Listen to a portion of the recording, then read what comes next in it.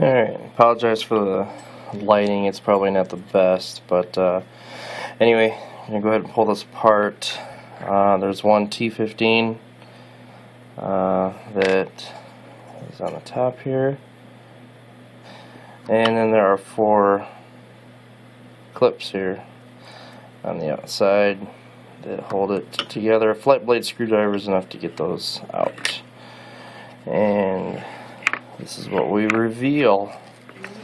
There's a seal that's glued, obviously, to protect it from moisture, and this is the heat sink, obviously, to protect it from heat. And here is the circuit board. And visually, just looking at it, doesn't look like there's anything wrong with it.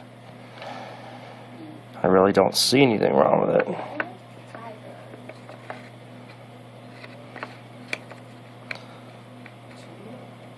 I'll go ahead and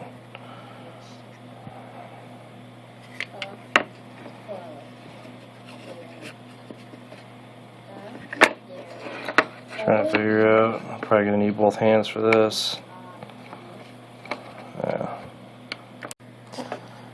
Alright, so it's out now. I'm looking at it.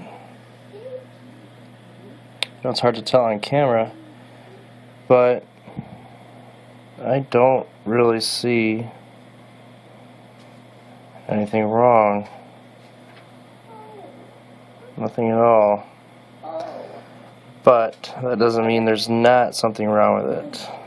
I'm probably going to get my tester out and check to see if we have anything going across, just because I want to make sure that this is the part that's actually failed before I go and spend $80 on a new one. So I'll go ahead and check that out. Well, upon a much closer inspection, it's really hard to see this because my camera is not going to zoom for me. But anyway, right there, I know it's really hard to see, but this circuit right here is loose. It's about ready to come off. I don't know if it'll be something as simple as a solder. It looks like it was solder. It just looks like the solder failed. I'll still test it to see if it works, and then might try to solder it. Here again, there may be something else wrong with it. I'm not sure. So you can see it sticking up like that. But anyway, that's what it is. That's the failure point right there. That's what caused it to stay open, and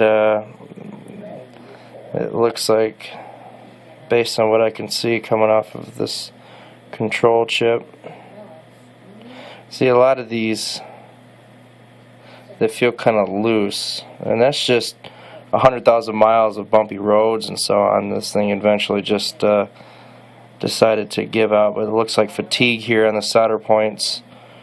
I'll see if I can solder that back on and check it to see if it's got a clean circuit or a path, and if it does, I'll just take this and plug it into the harness and test it. If it works, great, I'll put it back together and we'll be done. But if it doesn't work, then obviously I'll need a new one.